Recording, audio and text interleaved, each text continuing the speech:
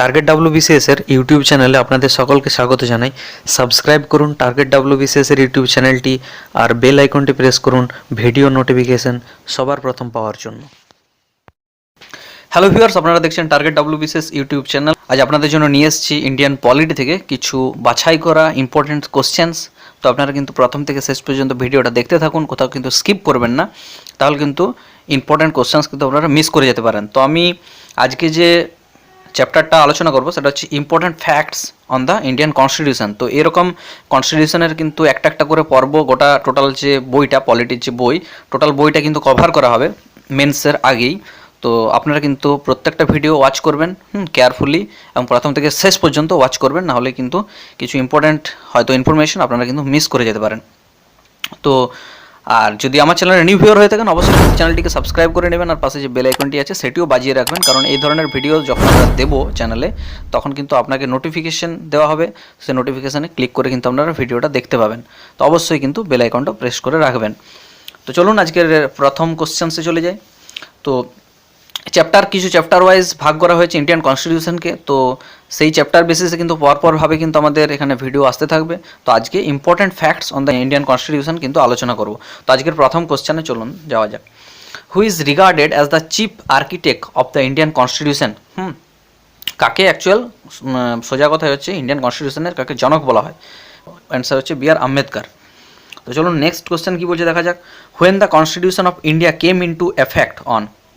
তো এটা দু রকমের কোশ্চেন হয়, একটা হচ্ছে কেম ইনটু এফেক্ট আর কখন তৈরি করা হয়েছিল। তো এটা দুটো কোশ্চেন আছে, দু রকমের অ্যান্সার। একটা হচ্ছে এটা হচ্ছে কেম ইনটু এফেক্ট, সেটা হচ্ছে 26শে জানুয়ারি 1950, আর একটা হবে 26শে নভেম্বর 1949। তারপর নেক্সট কোশ্চেন, 26শে January was chosen as republic day to commemorate. তো কী জন্য 26শে জানুয়ারিকে রিপাবলিক ডে হিসেবে চুজ করা হয়েছে? তো অ্যান্সার হচ্ছে দ্য পূর্ণ স্বরাজ ডিক্লারেশন ইন 1930। 1930 সালের 26শে জানুয়ারি পূর্ণ স্বরাজের কিন্তু দাবি তোলা হয়েছিল। তো তার জন্য ওই দিনটাকে আমরা রিপাবলিক ডে হিসাবে কিন্তু পালন করে থাকি। তো চলুন তারপর next 4 number question, which day is observed as republic day every year? এটা 26শে জানুয়ারি আপনারা সকলেই জানেন। তারপর next question, who was the governor general during India's independence? অনেকবার কোশ্চেন এসেছে, প্রিলিতে এসছে, মেন্সেও কিন্তু এসেছে। তো এটা অ্যান্সার হবে লর্ড মাউন্ট ব্যাটেন। তারপর চলুন নেক্সট কোশ্চেনে যাওয়া যাক।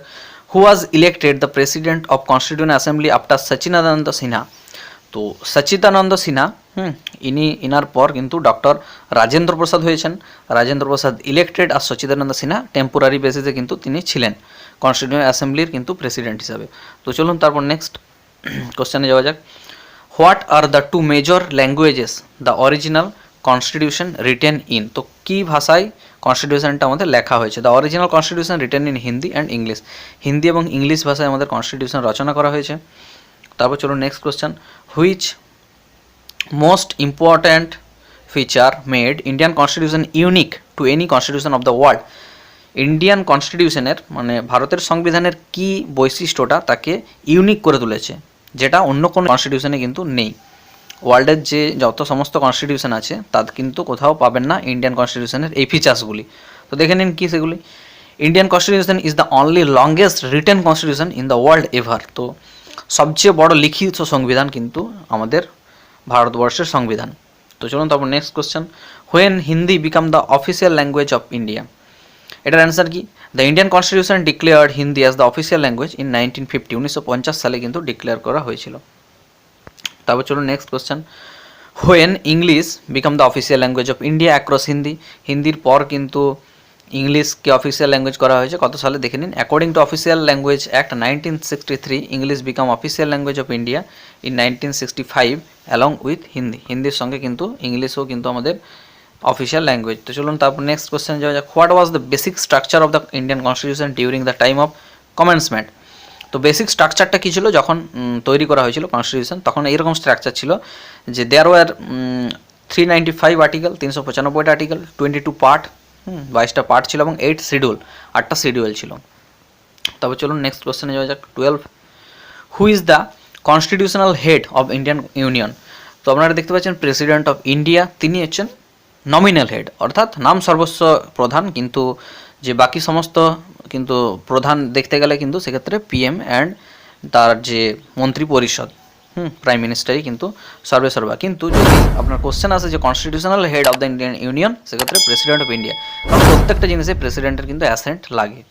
চলুন তারপর next question, constitutionally who is the second powerful person in India? তো সেকেন্ড পাওয়ারফুল অবশ্যই ভাইস প্রেসিডেন্ট, প্রেসিডেন্টের পরেই ভাইস প্রেসিডেন্টের স্থান। তো নেক্সট কোশ্চেন যাওয়া যাক, when the Sarkaria commission was set up? Answer হচ্ছে 1983। তারপর চলুন নেক্সট কোশ্চেনে যাওয়া যাক, how the Sarkaria commission is related to Indian constitution? Answer হচ্ছে Sarkaria commission can supervise required change of the constitution and the balance of power between state and central government. Ranjit Singh Sarkaria is the head of this commission. তো চলুন তারপর next কোশ্চেনে যাওয়া যাক, directive principle of state policy in Indian constitution has been adopted from which country? এই যে directive principle of state policy, আপনারা নাম শুনে থাকবেন যারা কনস্টিটিউশন পড়েছেন, তো এটা অ্যাডপ্ট করা হয়েছে আমাদের কনস্টিটিউশনে আয়ারল্যান্ড থেকে। তো বিভিন্ন দেশ থেকে আমাদের কিছু কিছু করে কিন্তু ধার নেওয়া হয়েছে। তো সেক্ষেত্রে what is the constitutional name of India? তো কনস্টিটিউশনে আমাদের ইন্ডিয়াকে বলা হয়েছে রিপাবলিক অফ ইন্ডিয়া, ঠিক আছে। চলুন তারপর নেক্সট কোয়েশ্চেন যাওয়া যাক, which famous Bengali artist have a great contribution in designing of Indian constitution? তো নন্দলাল বোস ইনক্লুডিং রাম মনোহর সিনহা। তো নন্দলাল বসুই কিন্তু হেড, ইনক্লুডিং কিন্তু রাম মনোহর সিনহা। তারপর চলো next question, the fundamental rights feature borrowed from which nation? তো আমি আগেই বললাম যে বিভিন্ন নেশন থেকে কিন্তু বিভিন্ন কান্ট্রির থেকে আমাদের কান্ট্রিতে কিন্তু ধার করা হয়েছে, বড় করা হয়েছে। হ্যাঁ, তো সেক্ষেত্রে ফান্ডামেন্টাল রাইটসটা আমরা বড় করেছি ইউনাইটেড স্টেটস অফ আমেরিকার থেকে। তারপর 20 number question, liberty, equality and fraternity are borrowed features of from which nationality? তো এটা আমাদের ফ্রেঞ্চ কনস্টিটিউশন থেকে নেওয়া হয়েছে। তারপর চলুন, distribution of power between union and state government policy borrowed from which nation? এটা আমাদের কানাডার থেকে নেওয়া হয়েছে। তারপর চলুন, the idea of single citizenship taken from which country? এটা আমাদের নেওয়া হয়েছে ব্রিটেন থেকে। ব্রিটেন মানে হচ্ছে ইউকে, ইউনাইটেড কিংডম। চলুন তারপর next, by which legislation India and Pakistan were divided as two independent nations? Answer হচ্ছে Indian Independence Act 1947. Currently there are how many fundamental rights and are recognized by the Indian Constitution? তো এখন বর্তমানে fundamental rights আছে আমাদের 6টি, আগে ছিল 7টি। তো এখন যেটা রাইট টু প্রপার্টি সেটা হচ্ছে লিগ্যাল রাইট করে দেওয়া হয়েছে, প্রপার্টি রাইটটাকে লিগ্যাল রাইট করে দেওয়া হয়েছে। তো 6টা ফান্ডামেন্টাল রাইট আপনারা কিন্তু দেখে নিতে পারেন, যে right to equality, right to freedom, right against explosion, right to freedom of religion, cultural and educational rights, right to constitutional remedies. তো এটাকে বলা হচ্ছে heart and soul of the constitution. তো সেক্ষেত্রে ওই কোশ্চেনটা আপনারা মনে রাখবেন। তো চলুন তারপর নেক্সট কোশ্চেনে যাওয়া যাক, Indian constitutional rights were inspired by which historical documents? এটা হচ্ছে France declaration of the rights of man and United States bill of rights.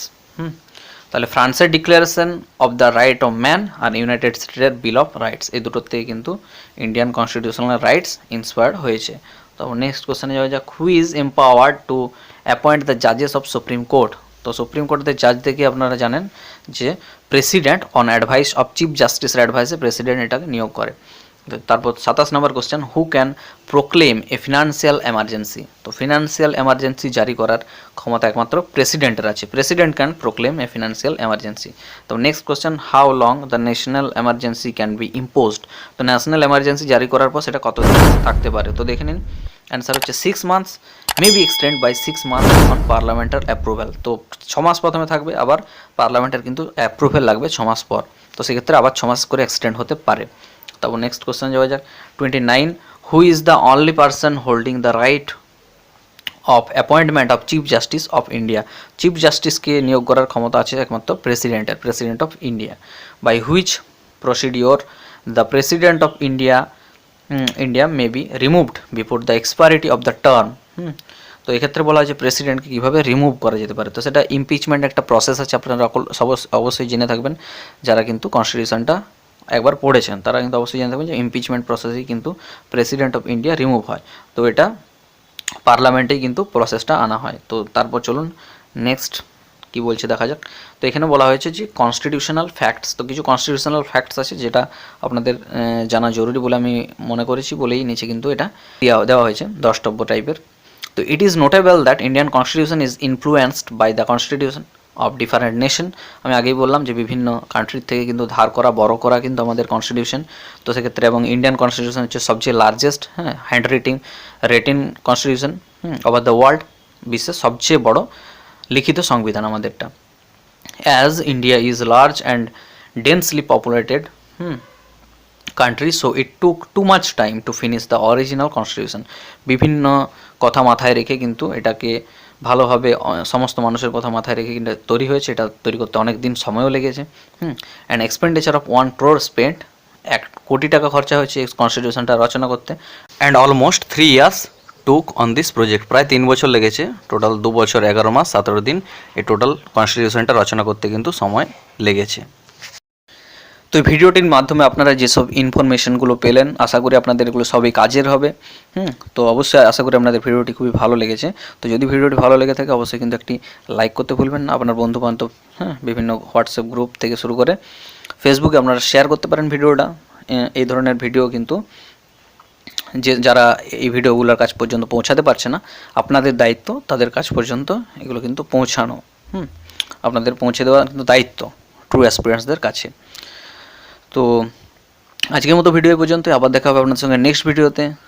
যদি আগের কারেন্ট অ্যাফেয়ার্স এবং যেসব WBCS রিলেটেড ভিডিওগুলো যদি না দেখে থাকেন, ওপরে আই বাটন থেকে দেখে নিতে পারেন, অথবা চ্যানেলে গিয়েও কিন্তু আপনারা দেখে নিতে পারেন। যদি আপনি আমার চ্যানেলে নিউ ভিউয়ার হন তাহলে অবশ্যই কিন্তু চ্যানেলটিকে সাবস্ক্রাইব করে যাবেন।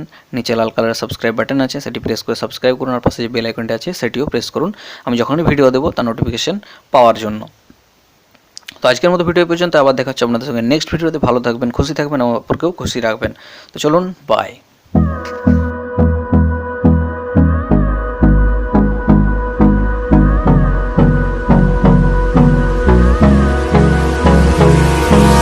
Hold me close till I get up. Time is